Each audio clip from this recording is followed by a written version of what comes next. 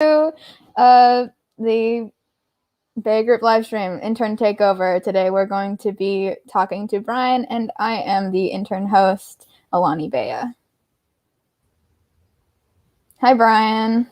Hi, Alani. How are you doing? I'm good. How are you? I'm well. It's been a nice day. Would you like to give us like a quick introduction of who you are? Yeah, I'm Brian Delgado. I am the co-founder and I guess a learning designer for Blue Dot Education. It's now a non and for-profit, depending on which branch of it. Located in San Diego. I have also been a teacher and school administrator. I just left that job. I did that for around 20 years at the high-tech high in San Diego. Nice. So what was your inspiration to work in education, Brian?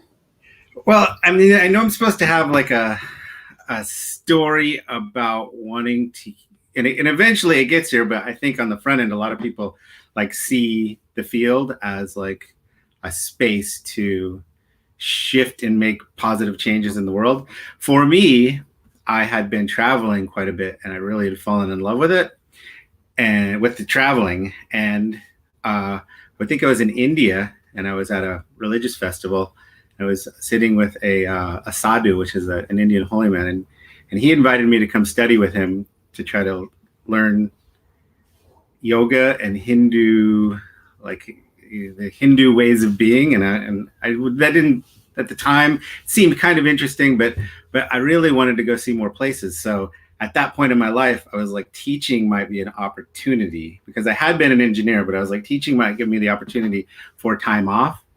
And I didn't realize how much work education, being a teacher in a classroom was at all. But very quickly, when I got into the field, I both fell in love with it because of the relationships that you could form, and realized what important work it was. So prior to getting into it, I wasn't like inspired for the most noble reasons. It was kind of selfish. But once I started doing the work, then I was like, this is phenomenal because you can learn constantly. You can work with young people. You can develop relationships that become friendships for life. And you can really, I think, affect changes that matter in the world. Yeah. So you mentioned how you like connected to your students. Do you find that it's difficult now because of the pandemic and like digital platforms to connect with your students? Is it? Yeah. Yeah, absolutely. It's challenging. I think it's weird to stare at a screen. I think most people don't want to be doing this. And I think the sitting still part plays a huge role in that. I don't like to sit still for very long. I like to be moving. I remember because I had you sort of as my freshman teacher at High Tech High, but you were like never in the classroom. You were always out like scheduling stuff for us to do.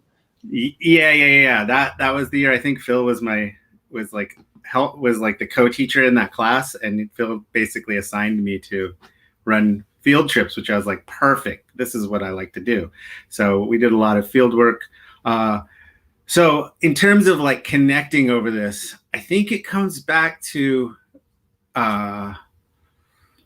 honoring student voice. I think when you are facilitating a class or teaching a class, if you come in with a really sort of fixed mindset about this is what I'm going to do, and there's not going to be much budging from that as the teacher, I think students don't really respond well to that. In particular, teenage students that I was used to working with, because it's a time in life when you want to push back against systems and explore and make your own decisions. So I think it is more difficult to develop relationships, but that's the key. Whether you're in person or not is like really listening to what the student wants to do and what they want to bring to the table, and then trying to honor that and bend your curriculum around it.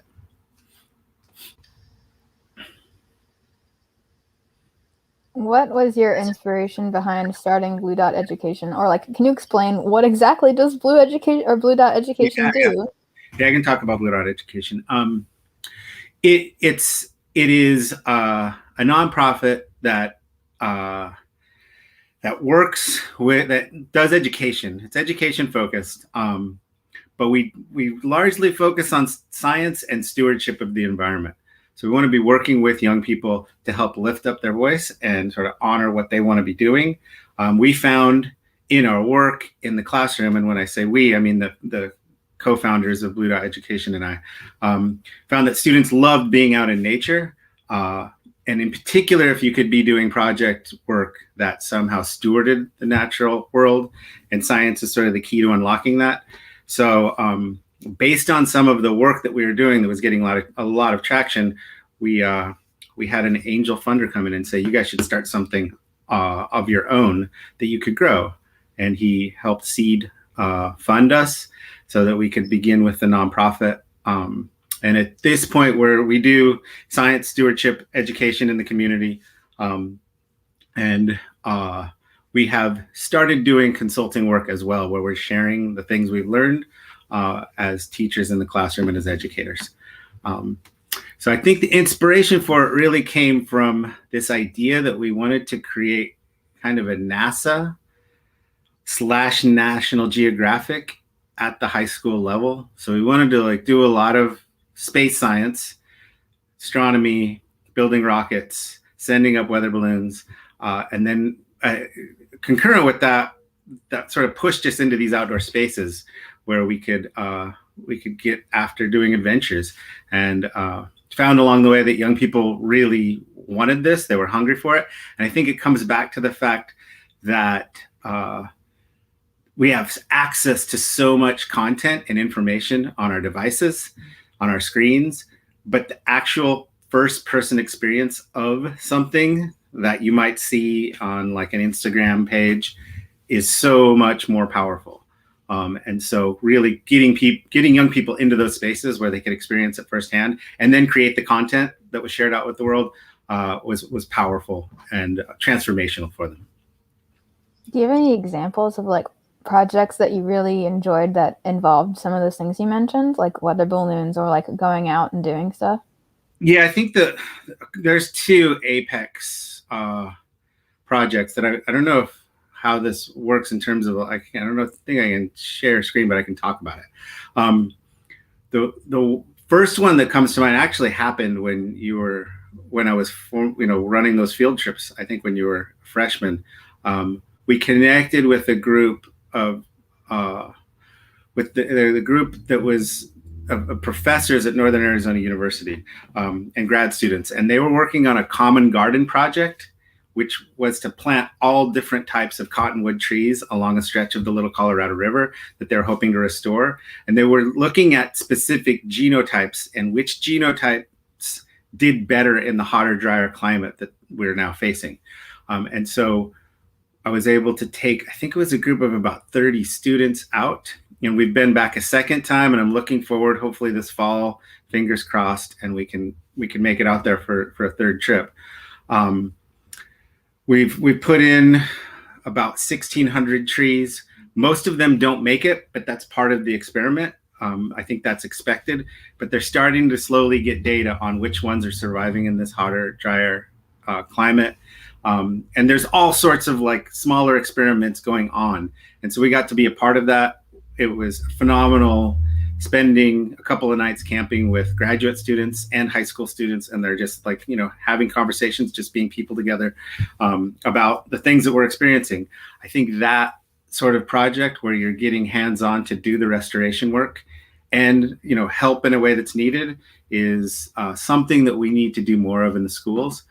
That project really led into, it was like a precursor to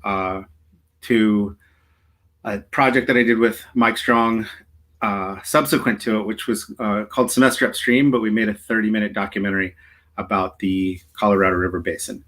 And so being able to travel from way upriver Moab and come all the way back down, I think it was a 9-day trip we took with, again, 20 students or something like that. And interviewing people, seeing the dams, seeing the reservoirs that were dropping, seeing the natural beauty of the place, and understanding that river water eventually makes its way into the tap here. And I couldn't be living in San Diego without it. And the students being part of that and making that documentary was just magic. That has informed what I think should happen in the world of education, maybe more than any other piece of work that I ever did, because I think there's something about reducing the numbers. You know, typically teachers in a single class might have 35 or 40 students, and then they might have 5 of those classes. And I think that's insanity for a teacher trying to get to know all those people. I think they should maybe have one class that is like 15 students large, and so much more could happen if we were able to reframe the way schools are set up. In semester upstream, how many students did you have? And I think I remember them being like all from different grades also. Yeah, it was a mixed grade class, fully experimental. We had 23 students and 2 teachers, which is a phenomenal number. Like, that's the type of number. But they didn't have any other class to go to. They were just with us the whole time. And we really lost track of the whole idea of disciplines. You know, they're like, oh, you got to do some math, and then you got to do history. And it was just the project that we did. And we learned subjects through doing the project, but it wasn't the driving thing. The driving thing was learning about this important watershed and making the film. How much of like control did you have over that documentary? Like, did you have me personally? Yeah, like how many you know, in the credits to the film, my teaching partner and I are listed as the field trip drivers. And I think that is probably the most accurate description, because it really became, I remember like showing up in the morning and students coming up and being like, we have an interview with the USGS today at 10 a.m. We need a ride. And just being like, okay, that was scheduled. And they're like, yeah, we've been working on this. And I think this is like, what I learned is that the genius of young people is not allowed to flourish in the way that we have schools set up, because I think that the main pieces of work that students get tasked with is like, it's busy work that's kind of made up and inauthentic. It's not real. And I think students kind of know this, that they're like, oh, I need to check this box. And, you know, in terms of, you know, writing a paper about the thing, or doing a math problem about the thing, or learning like some piece of science that we know about, it's a whole different thing when you're using that knowledge to create something new in the world, and something new that is real and matters to people. And so, so that's the thing, is how might we set up more opportunities like that for young people? Because there's a lot of creative genius that just is not being tapped into. And it's sort of like, wait your turn, get through the college, you know, and maybe multiple iterations of college before you're allowed to start participating. And I think it's a loss for our society. Yeah. And do any of these ideas carry over to your environmental activism deep dive that you're leading? Yeah, I'm trying to free up students to bring their ideas and really encourage them, that their ideas have power and we want to honor them. And I'm not trying to, you know, I could come in and be like, this is what I need, interns, and like name all of the things that I need them to make.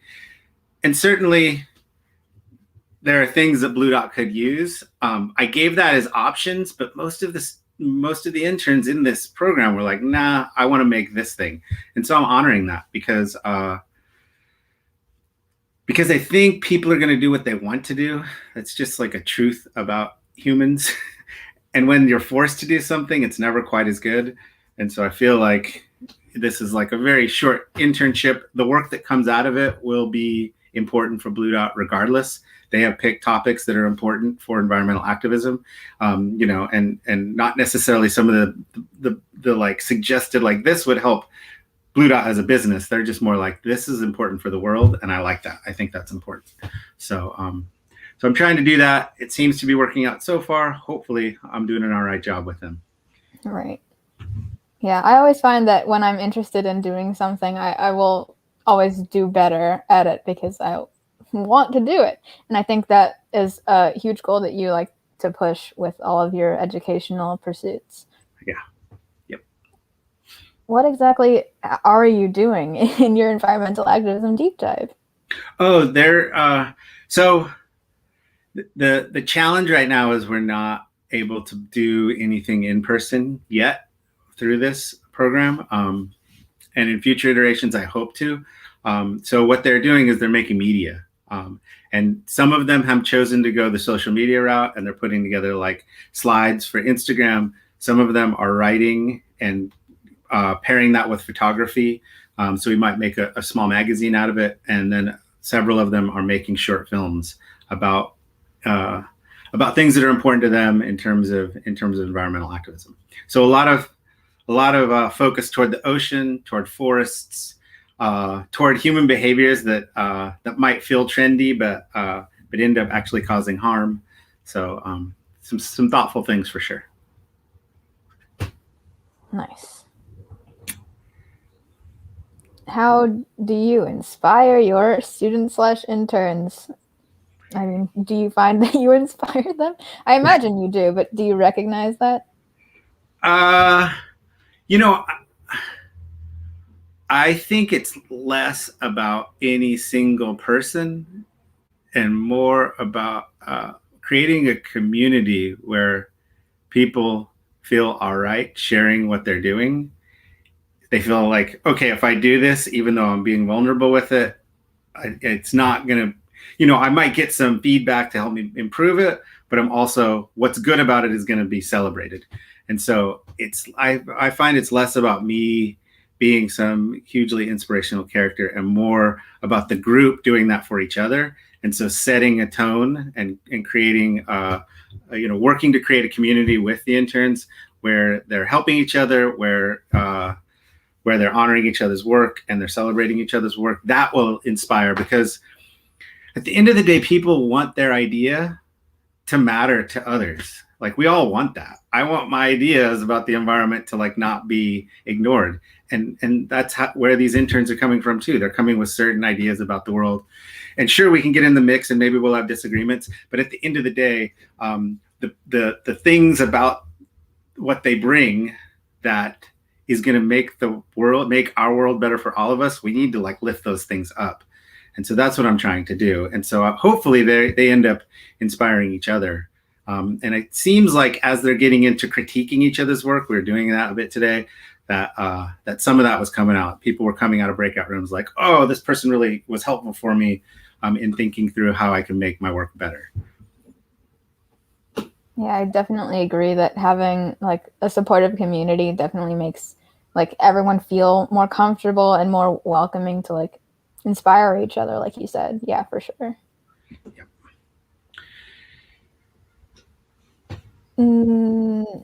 If you had the power to change anything about the world right now to make a positive impact, what would you do? I would redesign the education system to stop schooling people into accepting their station in life and actually educating them to try to go change the systems that clearly are broken in the world, and to not wait till some like point in the future, but to actually have schools be a place where where young people can start working on that now. And so removing things like the weird disciplines, I just think that's a weird way to structure a learning environment. Like, you get this chunk of time with mathematics and then you get this chunk of time with history, because it's a fluid thing, learning. It's a fluid human thing. And so allowing the learning to be truly real and project-based and pointed toward producing better outcomes in the world. I think the thing about being around young people is that's something that most of them, like the vast majority, want. They're like, I want the world to be better. Somewhere along the line, in terms of like that process of the schooling, lots of people come out of that with like, I actually want to get a lot of money and have a lot of things. And I think that ends up twisting our society in weird ways. So if we could like honor the optimism of the youth in terms of really trying to make the world better now and to shift it, I think we could. I really do think that it would be a leverage point where we could shift and change a lot of what's wrong around us. So So that's what I think about. This is what I'm working on. This is what I'm trying to do in the world right now. Oh yeah. If that's any last things you want to say or not, tune in next week, everybody. I hope you enjoyed Brian. Next week, we're going to meet with Adam in another Intern Takeover. Thank you so much, Brian. Woo!